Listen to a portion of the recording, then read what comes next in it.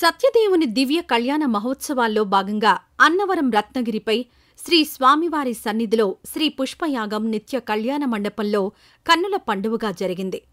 ఒకవైపు కళ్యాణ మండపంలో అలంకరించిన పుష్పమాలికలు, ఇంకొక వైపు రంగురంగుల విద్యుత్ దీపాల కాంతులు భక్తులను ఎంతగానో ఆకట్టుకున్నాయి.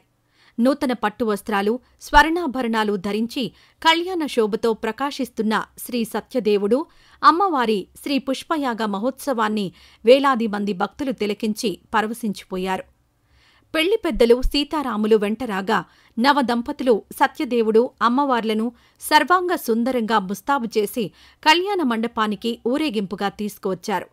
నిత్య కళ్యాణ మండప వేదికపై గల వెండి సింహాసనంపై స్వామి, అమ్మవార్లను, ఆ సింహాసనం పక్కనే గల మరో ఆసనంపై పెళ్లి పెద్దలు సీతారాములను ప్రతిష్ఠించి ప్రత్యేక పూజలు చేశారు.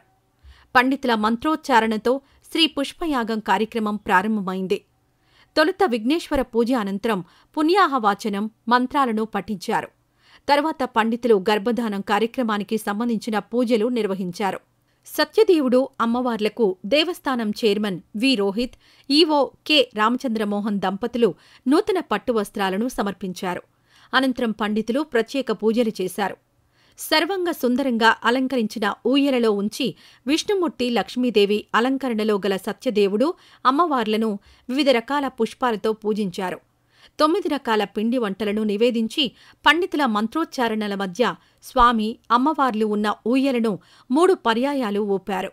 భక్తులు ఎదురుగా ఉంచిన అద్దంలో స్వామి, అమ్మవార్ల ప్రతిబింబాలను తిలకించారు. 2 ఏళ్ల అనంతరం భక్తుల సమక్షంలో వైభవంగా జరిగిన స్వామివారి కళ్యాణ మహోత్సవాలు శ్రీ పుష్పయాగంతో ముగిశాయి.